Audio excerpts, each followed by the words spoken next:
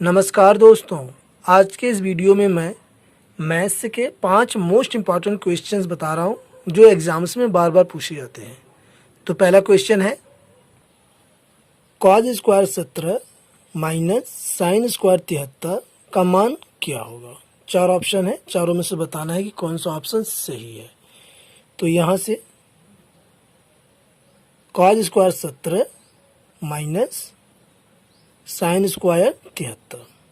अगले स्टेप में cause square 17 minus, इसे हम कर सकते हैं साइन स्क्वायर 90 माइनस 17। तो 90 में से 17 घटाएंगे, आ जाएगा 73, यानी साइन स्क्वायर 73 आ जाएगा। और ये स्क्वायर जब ये बाहर हो जाएगा ब्रैकेट के बाहर, तो ये साइन 90 माइनस थीटा हो जाएगा, चूंकि साइन 90 माइनस थीटा ये होता है कॉस थीटा के बराबर। तो यहाँ पर हम जो है कॉस थीटा कर सकते हैं, यानी कॉस स्क्वायर थीटा हो जाएगा। अगले स्टेप में cos square 17 minus cos square 17, अब ये कट जाएगा, जो है आंसर आपका आ जाएगा 0। यानी कि आप बता सकते हैं इसका जो मान है वह 0 है, यानी कि ऑप्शन सी करेक्ट है, बाकी ऑप्शन गलत है। अगला प्रश्न देखते हैं। प्रश्न 2, x square plus 15x plus 56 के क्या गुणनखंड होंगे। तो यहाँ से इसका हम गुणनखंड कर देंगे। मध्य पद जो ये 15x है, इसे 2 भागों में हम विभाजित कर देंगे। कैसे, आइए देखते हैं। X square plus 15x plus 56, तो इसे हम कर सकते हैं x square plus 8x plus 7x plus 56। इसकी ट्रिक क्या होती है कि जब ये मध्य पद को हम 2 भागों में तोड़ते हैं तो इन दोनों भागों की जो गुणा है वह जो है 56 आनी चाहिए, यानी कि 8 7 56, और फिर इनको हम जोड़ दें तो फिर इतना हो जाए 8 7 15x। अगले स्टेप में अब हम कॉमन ले लेंगे, इसमें से फिर इसमें से, ठीक है। तो यहाँ से कॉमन x है, तो यहाँ से x बचा, x प्लस यहाँ से 8, यहाँ प्लस 7 कॉमन ले लेंगे, तो यहाँ ब्रैकेट में बचेगा x प्लस 7 से भाग देंगे 56 में, 7 8 56 8 आ गया। तो ये हो गया, एक कोष्टक में x प्लस 8 कॉमन लेंगे और दूसरे में हो जाएगा x प्लस 7। यही आपका गुणनखंड आ गया। यही आपका जो है राइट आंसर है। ऑप्शन में ए गलत है, बी जो है ये भी गलत है, सी ऑप्शन x प्लस 7 और x प्लस 8 यही इसका राइट आंसर है। ये ऑप्शन गलत है, डी। अगला प्रश्न, प्रश्न 3, 2 संख्याओं का योग 180 है और उनका अंतर 20 है, तो संख्याएं क्या हैं। इन चारों ऑप्शन में से बताना है कि कौन सा ऑप्शन सही है। तो यहाँ से 2 संख्याएं हैं, इनका योग 180 है, तो हम मान लेते हैं पहली संख्या x है, तो दूसरी संख्या हो जाएगी 180 माइनस x। अब प्रश्न में कह रहा है कि उनका अंतर 20 है, तो हम अंतर कर देंगे, x माइनस 180 माइनस x बराबर 20। अब इसे सॉल्व कर लेंगे तो आंसर हमारा आ जाएगा x माइनस 180 प्लस x बराबर 20। ये हो जाएगा 2x, 180 का हम पक्षांतर कर देंगे, ये हो जाएगा 20 प्लस 180, ये 2x बराबर ये हो जाएगा 200। तो 2 से ये 200 कट जाएगा, 100 आ गया, यानी x बराबर 100।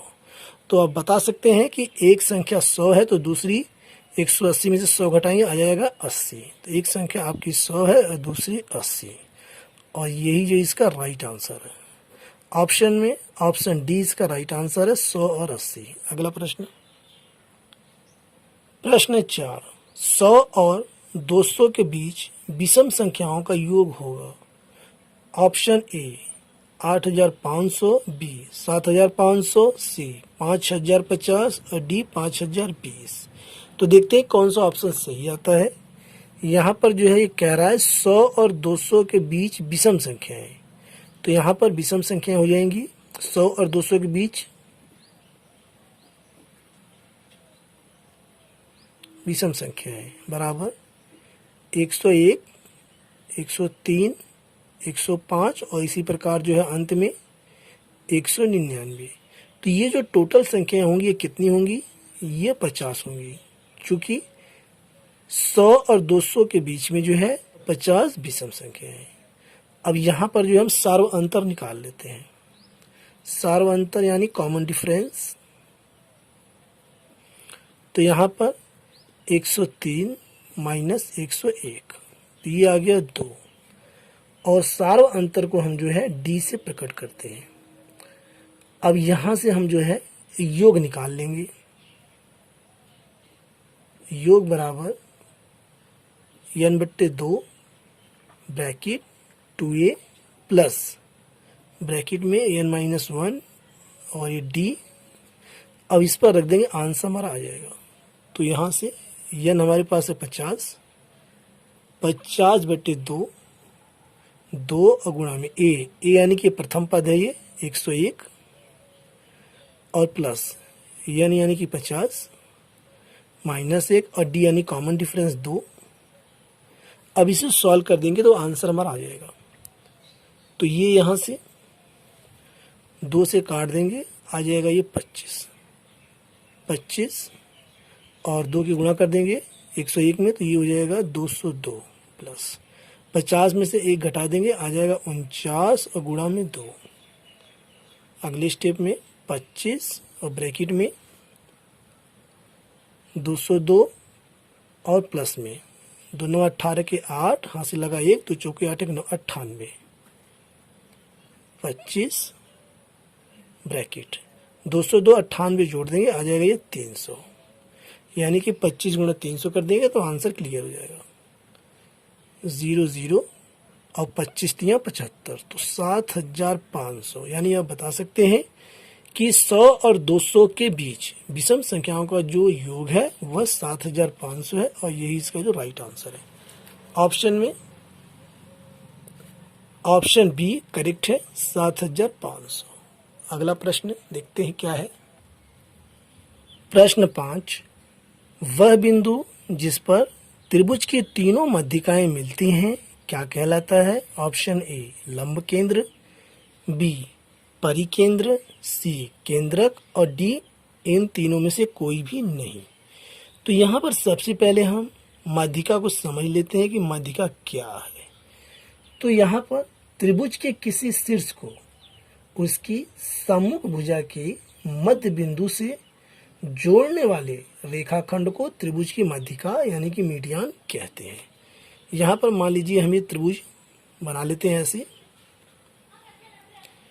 ये देखिए त्रिभुज हमने बनाया है मध्यिका को और अच्छी प्रकार से समझने के लिए। तो यहाँ पर इस भुजा के सम्मुख शीर्ष ये है, इस भुजा के सम्मुख शीर्ष ये है, और इस भुजा के सम्मुख शीर्ष ये है, इस भुजा के सम्मुख शीर्ष ये है। तो पहले हम इस भुजा का मध्य बिंदु मान लेते हैं यहाँ पर है, और ये शीर्ष से हम इसको मिला देते हैं, तो ये होती है मध्यिका। क्लियर।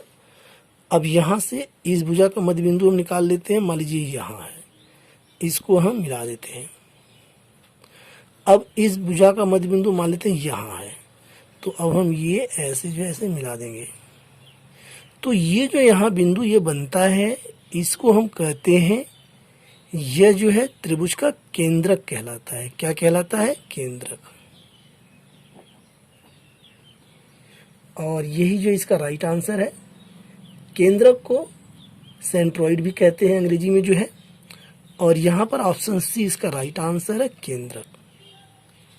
वीडियो के पसंद आने पर वीडियो को लाइक और चैनल को सब्सक्राइब करना न भूलें। Thanks for watching.